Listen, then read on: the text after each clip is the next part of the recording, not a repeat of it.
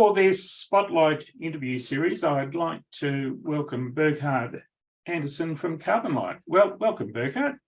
Thank you. Thanks for having me. Oh, my pleasure. So please introduce what it is that your business does. Yeah, we are a purpose-driven business wanting to, with the aim to transform the construction industry. So we consider ourselves to be a transformation enabler.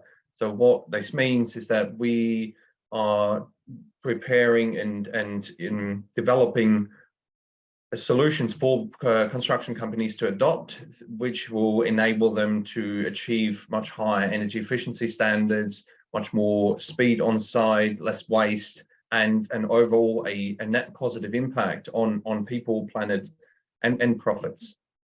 Fantastic. I guess at the same time, we are a construction company, so I'm a registered builder. So we're not just putting things on the market, we're actually doing it. So we are considering ourselves a bit of a, I guess, or wanting to lead by example, actually not just trying to sell product. We are in testing and trialing and building these products, and we know that they work. So that's quite important. We found in the industry. That's fantastic, Burkhard. And how long have you been in business for? We're coming up to we just had 10-year anniversary actually. Wow. Okay. Yeah. Excellent. And in terms of the geographic area, what sort of geographic area? And I imagine there's probably two parts to this. One will be the supply of Carbonlite, and then the other will be in your building zone. So, what sort of geographic areas do you cover with both entities? Yeah, so we're based in Victoria, Okay.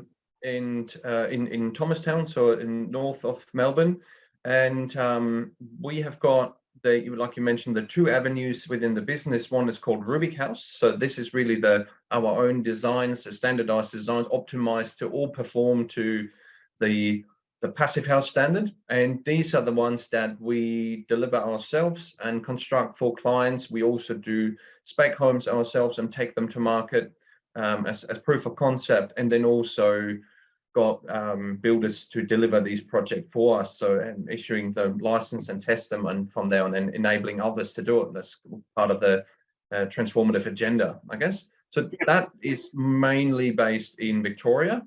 Okay. The other avenue in the business is PanelLite, which is the manufacturing side of things. So that's where we just manufacture the high performance building shell. Again, everything the design to deliver the highest energy efficiency standard on the planet, fully glazed, insulated, and so on.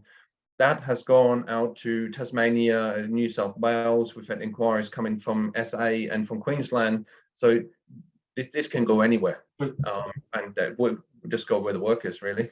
Yeah, fantastic. And tell us, how did you actually get into the business in the first place? Well, as you can probably guess from my name, I'm German. So I came over in 2011, I think it was, and I lived overseas a couple of years with my wife after traveling Australia. My wife is from Adelaide, and we came back and to Australia, and I started working in the industry, and was sort of almost set back into it felt like the Wild West. I'm not trying to offend anyone here, but I was born and raised in Germany, and after school did my carpentry apprenticeship. So it's a very different setup. So you learn on day one building physics, at least the basics of it, so you can create healthy, resilient, comfortable homes. This is the baseline for a good home. And then what it ultimately looks like is irrelevant. That comes later. And then, so I've never been doing anything but healthy, resilient homes and passive house and prefabrication. So I've never really left that field. I've done this in Europe, and when I came here, I realized there's no prefab. There is no building health. There's no resilience. There's no energy efficiency. It was single glazed windows and doors, aluminium framed. It was frames built on site and put up one by one, like the Amish people, So it was so far back. So then I started digging and found that since 1990, productivity has gone down in the construction industry, you know, where if you compare this to technology, it's unheard of. So it became quite clear that we had to do something, and Yep. you know, drag the industry into the next chapter, I guess. And Carbonlite was born as a solution there, starting very small in a niche market. And we actually, there wasn't even a niche. We created the niche by deliberately making the choice that the collaboration and transformation is the agenda, not trying to sell a product. So I became the first passive house teacher and trainer in the Southern Hemisphere to then actually teach builders how to do this, and created my own competition, so to speak. But with that, we created a bigger market and more interest in it. And now all of a sudden we're seeing this, all of a sudden it's 10 years in, I guess, but it takes 10 years to be overnight success, they say. So, but now we're seeing that there is the perfect storm that has been brewing for years, with changes to the construction code and lack of skilled labor and lack of materials. There's demand for energy, more energy efficient buildings. Energy prices skyrocket. Everything has gone up. So Yes. it is really not just a good idea. It is absolutely crucial and necessary now. So that's what we had almost no choice but doing this. Yes, what's interesting here, Burkhard, is earlier this morning I interviewed Bo Brown from Home Energy Raters, and he was explaining how with the energy legislations that are now coming into play, that 7-star rating energies is the new standard. So it sounds like it's quite interesting that on the same day I'm making 2 interviews in something that's totally related. Yeah, so, and the back in Germany, the number one rule was always reduce, produce, and then store. So you have to reduce your consumption first. And homes just simply being built well with health and comfort and resilience in mind. Energy efficiency is almost this byproduct, but by building them well and creating homes that are actually good for people and provide a healthy environment, you can save up to 90% of energy. So we're building a project right now, one of the Rubik houses, a 6.6 kilowatt system, which is a relatively small solar PV system, covers you for good all year round. You have no bills. That's heating, cooling, hot water. That's all your electricity needs. Everything is electric and everything is covered. So a house operates just within its means. It doesn't draw any resources from the environment. That is how we're going to have to build. There's no other way. Yeah, no, that's really interesting, and I can see fantastic opportunities right throughout the whole construction industry. Oh, childcare, aged care, residential homes, multi-res, you name it. There's a huge demand for just build better and build faster. Yeah. So in that 10 years that you've been in business, then, what's been the biggest challenge that you've actually had to face? I think to some extent, I don't want to discredit the industry here, but to some extent has been the industry itself. We're almost a victim of our own success. So the industry has seen uninterrupted growth over decades, and if there's always strong demand. The building industry contributes, what is it, like 22 billion to the Victorian economy every year, and employs 250,000 people. So it's always been very busy. And when you're busy, there is a risk that you lose the chance to actually step back and go on, like, are we doing the right thing here? Are we still on track? Are we doing what we can do or what we should be doing? So the industry being set in its ways and being so busy is almost the biggest challenge, because that comes then with almost a fear of change. When things go well, no one wants to change everything. Why fix it when it's not broken, sort of attitude. And that's challenging. But again, we still made the decision to just not convince, just do, and you follow if you like, if you choose to, but don't convince anyone. Focus on the people that want to do business with you. And we found, you know, incredible builders over the time that just were kind of looking for a solution, wanting to do better, saying that it's not normal that you've got mold in a house. This is harmful to the occupants. So they were, you know, aware of the liability issues there. And as soon as people demanded, the industry changes then relatively quickly in response to what the people demand, you know, similar to if you compare the Nokia to a smartphone, you know, so as soon as people found out that the smartphone is available, no one wanted the Nokia anymore, you know, it just that thing, you know, and that's exactly that sort of dramatic change that we're facing and seeing now. So, or another good example I like is the story of Tesla taking on the car industry, you know, absolute giant of an industry that has been doing it really well. So there's nothing wrong, but they're doing what they're doing for many, many, many years.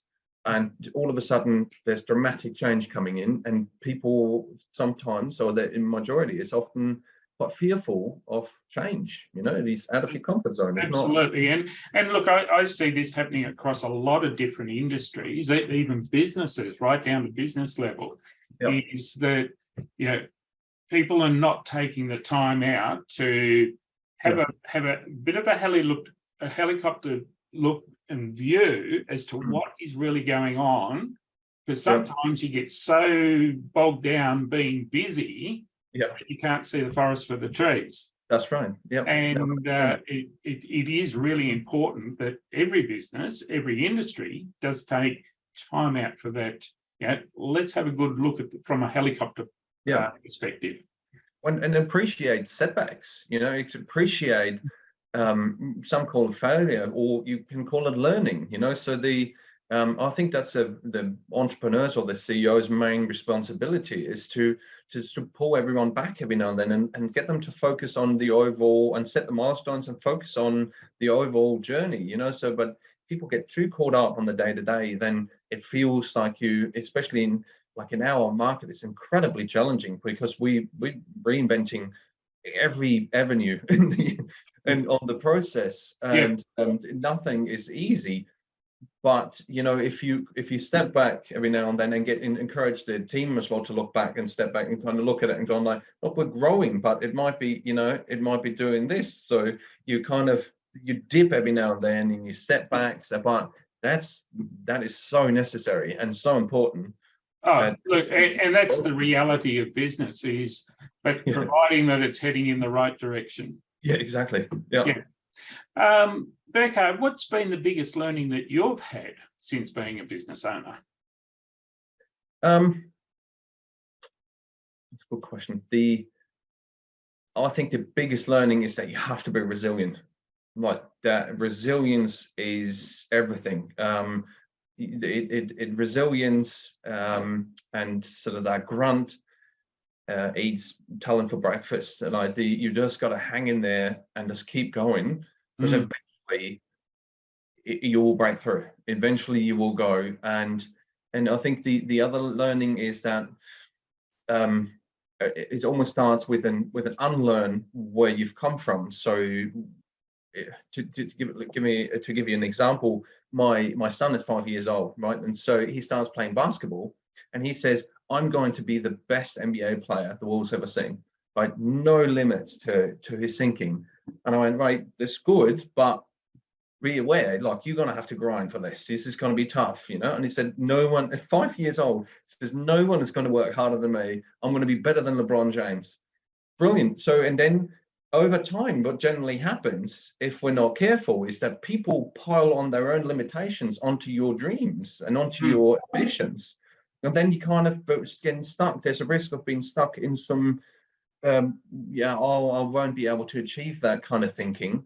And, you know, you put other people's limitation on your life. So I've come from a very small town in northern Germany. You know, you are born and then you're a farmer, really. And, you know, there's nothing wrong with that. But I had always wanted to do something bigger. Like, I wanted to find big problems and solve them. Like, I thrive on that pressure. And I'm very fortunate. So my business partner, Tom Davies, is been incredible, like just to enable you to drop limitations and think big. You know, that was one of the learnings where you kind of go like, you, an individual, regardless where they come from, who they love, what color they are, what gender they are, they can make enormous difference. They can really set millions of people in motion, and that is hard to learn, especially when you get, the older you get, the harder it gets. So you have to almost unlearn all the limitations and then relearn to think big and dream like the 5-year-old that kind of goes, I'm gonna be the best. You know, no one grows up and saying, yeah, I'm gonna be an average basketball player. There's no ambition in that, is there? Yeah, look, I totally agree with what you're saying here. And one of the things, when I'm working with my clients, the things that I say to them is probably 3 key things that you need to have as a business owner. First of all is self-belief. Second is resilience. And the third one is perseverance. And if you can achieve all of those, then the sky really is the limit. And if you're not absolutely obsessed about what you do or what you're going to do, don't do it. You know, I've watched something about there was Elon Musk on, like, don't go into business if you're not 100% sure about this. You don't want to discourage anyone, but it is not easy. It is tough. It is lonely. Get yourself ready for it. But once you're kind of in that mindset, I'm okay with that now. Like I will have to work on this on a daily basis, but I know this is part of it, and you have to just get through it and build that resilience. So when you say working on a daily basis, what are the things that you do that keep you inspired, keep you moving forward on that day-to-day basis? I'm up at 4 a.m. every morning. I have made this my routine, and I believe that everything starts with a healthy body, healthy mind. So I get up, I train, I do CrossFit 6 times a week. It's become a habit that it just keeps me in a very focused mindset. And every morning I'm in the gym, and I decide for myself. It's a decision. I believe that everything starts with a decision, and I'll make the decision that today no one is going to outwork me. You know, so that's just not going to happen. And then there's a lot of mindfulness is a big one as well. I think there's this old generation that thinks that we just work is going to get you there, or just grind and break yourself, it'll be fine. Almost like taking this like a medal of honor, saying yes, you had a burnout because you're in business. That's a good thing. It's not a good thing. Like the mindfulness I find a lot of hard work. So through meditation and just being mindful how you feel, and then it creates a very strong mind. You combine that with strong habits, because motivation comes and goes, but a habit in a routine that stays. And the other byproduct is my son sees it. He sees it that I'm up every day, so he knows that there's work involved to get wherever you want to get to. And I feel the best I've ever felt, whilst I have now working the most I've ever worked in my life, because you just kind of get yourself ready for that, I guess. Yeah, another example of leading by example. Yeah, you just have to. I want them to see it, that it takes work, and then they just kind of, whatever you show them is normal to them. Yeah. So it's good. Burkhard, if you were to start your business again, is there anything that you would do differently the next time round? That's a good question. I think when you start again, you're not as naive anymore, which is almost a bit of a shame, because you run into this the first time, you're going like, this is going to be great, and then you just time after time you get belted and you dust yourself up and get back up. So I guess in a way, the bad things that happened to us and the poor decisions that were made, I've made them, and I own every single one of them. And they made me what I am today. So I've made brilliant decisions, I've made shocking decisions, but they all shape you. So I don't think there is much point looking back and sort of having any regrets. I guess on a personal level, I worked insane hours, like 100-hour plus when we started the business. And then my wife and I have gone sort of through a bit of tragedy, and I've then shortly after that was diagnosed with cancer. So you get caught up in this rat race, and then it needs almost more often it needs a sort of a dramatic event to rattle the cage and realize you add a healthy layer of perspective to it. Yeah. And that I guess my business partner is brilliant. Again, I love this guy. He's been so good for me. He's a good friend and mentor to me. But he always said, whatever we do, it has to be fun. You know, just make sure you enjoy the ride. It is tough, it is difficult, it is challenging and punishing at times, but as long as you find spots where you can have a laugh about yourself and the situations, sometimes you're bulletproof. That's fine. Absolutely great words of advice there. And just as I guess a final question here, Burkhard, is what other words of wisdom would you like to share with any other aspiring or even current business owners? Yeah, I've always been, there's two things, again, sorry to keep bringing up Tom in here, but he always says when the going gets tough gets going. So true. Like when that's entrepreneurs through and through, when things get difficult, that's where we accelerate. That's where we launch and go on like, right now I am sharper than I've ever been. And that works really well. And my parents always used to say, hard work works when nothing else works, right? It's just hang in there and just weather the storm, keep going, don't stop, you know, it's just to keep moving through it. And it's worked out okay so far. Look, great words of advice there again, Burkhard. And you know, one of the things that I'm really looking forward to is following your journey with Carbonlite. And you know, you really are in the process of disrupting the building industry with energy efficient materials. So look forward to following that journey. And if there's any builders that are watching this video, please reach out to Burkhard Hansen at Carbonlite. So thank you so much for your time today. Thank you. Thanks, Phil. Thanks for your time. Okay. Bye now. See ya.